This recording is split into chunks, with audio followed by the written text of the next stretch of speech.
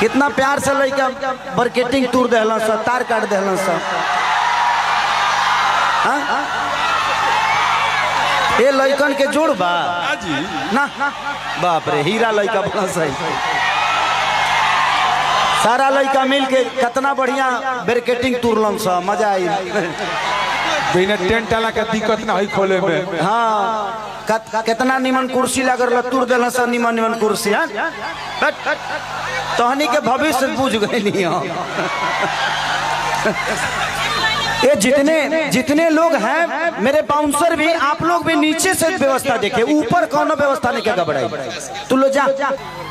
सोना सिंह खुशी ककर, लेकिन बाबा को जाना है तो मैं चाहता हूं कि बाबा को गुरहथी में जाना है। इनके मामा के लड़के का शादी है। देखिए एक कलाकार की जिंदगी देखिए। जिस आदमी को गुरहथी करना है आज वो आपके प्यार के लिए तरस रहा है और आपके प्यार पाने के लिए अपने परिवार को छोड़ के आपके बीच में है, इसलिए इस इंसान के लिए ताली बजाइए।